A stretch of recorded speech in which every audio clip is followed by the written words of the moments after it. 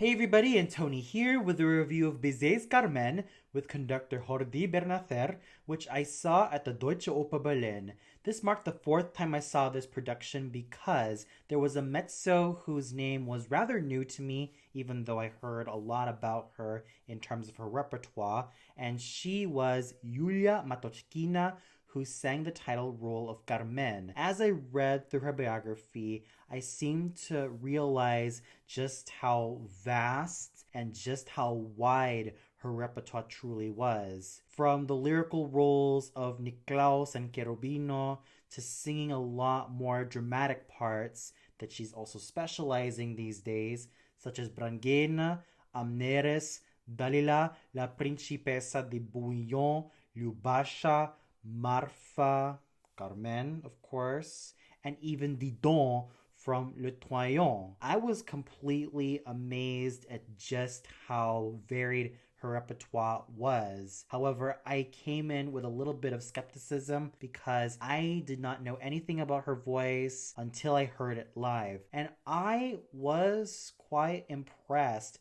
with how she was able to modulate her voice and how she was able to embody Carmen. First of all, what I truly enjoyed about her voice was that she was able to use her chest tones in all the right places. Sure, there were some places where she should have been a lot more chesty, but in spite of all that, I could still go out of my way and say that she had a very good instrument, and it also reflected on how good her technique was. She was able to navigate this role with finesse and a lot of plushness that she was able to work off of. And even though I have at my disposal all of my favorite Carmens of the past, such as Emi Destin, Marguerite Merentier, Dusolina Giannini, Gabriele Besansoni, Gertrude Runga, Ebestignani, Fedora Barbieri, Giulietta Simeonato, Fiorenza Casotto, Nell Rankin, Regina Resnick, Rita Gore, Christa Ludwig, Shirley Verrett,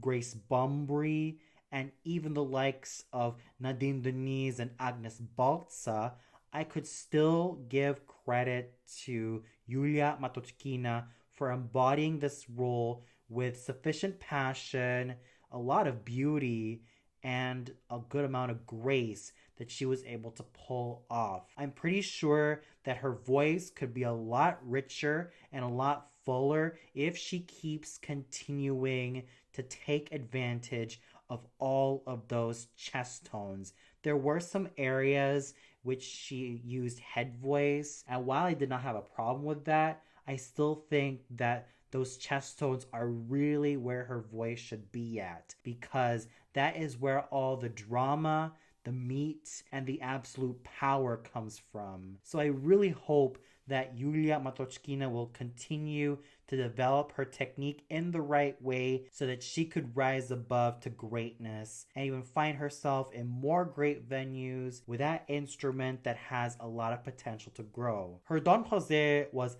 Saimir Pirgu. I've been following this tenor ever since I was a teenager. I first heard about him as it was mentioned that he was singing Rinuccio in the United Kingdom. He did start off singing a lot of Mozart roles, such as Ferrando, Don Ottavio, and even the likes of Alfredo Germont from Traviata and the Duke from Rigoletto. I was rather skeptical in terms of how he was going to portray Don Jose, but as I heard him live, I could easily attest that his voice was rock solid in terms of technique, and he had a very strong stage presence to boot. Was he on par with a lot of my favorite Don Joses, such as Franco Corelli, Francesco Merli, Renato Zanelli, Jan Pierce, Richard Tucker, and many other great dramatic tenors of the past? Sort of. I say sort of because while he does have that fullness in his voice, there was something that was kind of missing in terms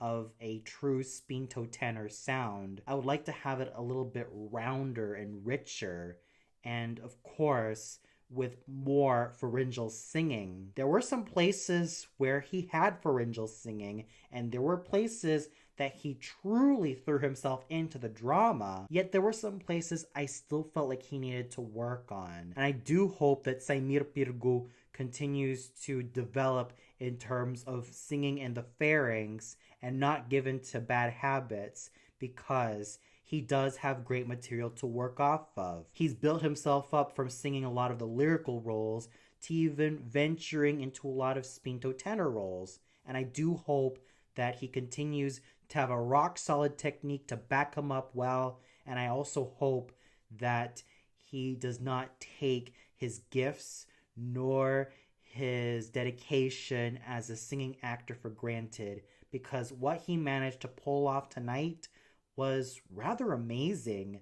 He was able to muscle everything through so well that I was practically hooked in terms of how he portrayed Don Jose. Markus Bruck was a decent escamillo, and what I always loved about Herr Bruck was the dedication he had to his craft. He was able to inject swagger, confidence, and a lot of bravado to escamillo, which he managed to pull off well. However, there were several times that I noticed that his voice has been developing a wobble, which is pretty sad because Mr. Bruck actually has good material. He used to be a much lyrical baritone, and nowadays he's singing more dramatic stuff. However, there were some areas which he managed to sing well, and his passion still continued to show in his voice, but it was marred by some tremolos, a wobble here and there, and not enough true richness in his voice. What I have at my disposal in terms of baritones who have sung escamillo in the past are the likes of Arthur Andrés, Lawrence Tibbett, Gian Giacomo Guelfi, Apollo Granforte, and even some basso cantantes such as Samuel Ramey come into mind. Those were richer and much fuller voices with a lot more focus. With Markus Bruck, something was kind of missing in that focus. But regardless of all that, he was still a trooper and managed to make the role of Escamillo his own. He was able to do a serviceable job, and for that, I still have to salute him. The one singer who continues to show consistency, dedication, and purity in her craft was none other than Elena Talagova as Micaela. Her voice grew in opulence, sheen, and sheer clarity. I saw her in that very same role 5 years ago, and boy, did she manage to make such a development in a role that she has been specializing for years. She managed to sell it as Micaela. Her voice was able to reach all of those opulent notes, especially evidenced in her big aria, Je dis que ne rien m'épouvante, where she was able to throw herself in so effectively. The way she was able to carry her voice all throughout the theater was flawless. Her technique continues to shine like the brightest of diamonds, and for that, everything that she did shone with excellence. Byung-Gil Kim was a virile Zuniga. Everything about his voice also grew with opulence and strength, especially considering that his timbre was a lot rounder and richer from when I first heard it, and it grew so well. He was able to sell it in this role, and I also hope that he takes on Escamillo one day, because he not only has the swagger and the looks and the voice, but he has the overall charisma that makes him awesome as he's always been.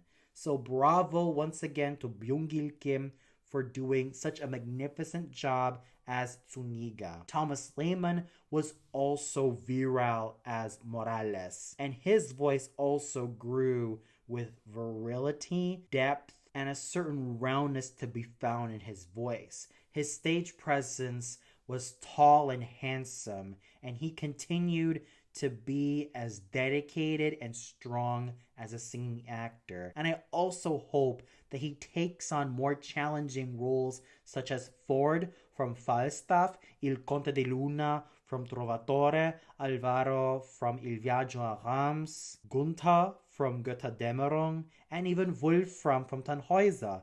The possibilities for Mr. Lehmann are absolutely endless. There was even some equally great singing to be found. Karis Tucker's measured, gorgeous, and surprisingly sensual Mercedes, and I do hope that she keeps developing her voice in the right way with more chest tones so that she can reach greater heights. Michot Marrero's energetic, charismatic, charming, spunky, rambunctious, and lovely Frasquita. Matthew Cossack's virile, handsome, strong, and well-tuned Dankair, and Ya-Chung Huang's lyrical, focused, cleanly toned, and absolutely fine remandado. So overall, the singing was really great all around,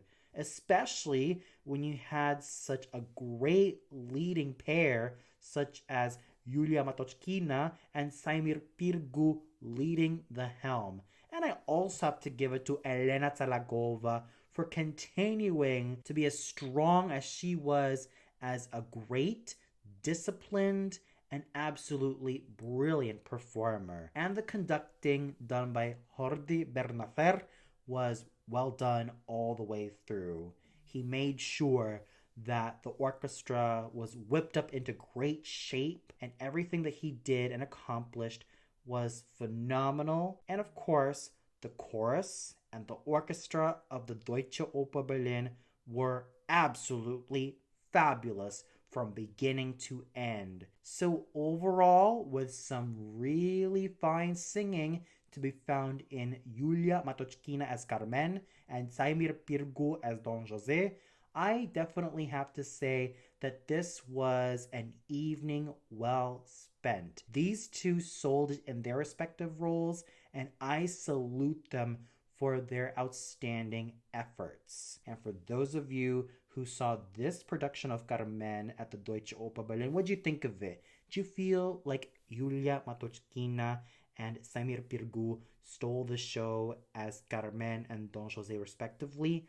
Do you also feel that Elena Zalagova was great as Micaela, and you also felt that she grew as a singer? Or did you feel that there was someone from the cast that sadly did not hold up? Comment below and let me know. Well, that's all for now. Be sure to tune in tomorrow for my review of Verdi's Rigoletto at the Staatsoper unter den Linden, starring Aida Garifulina as Gilda. So until then, good night, everybody.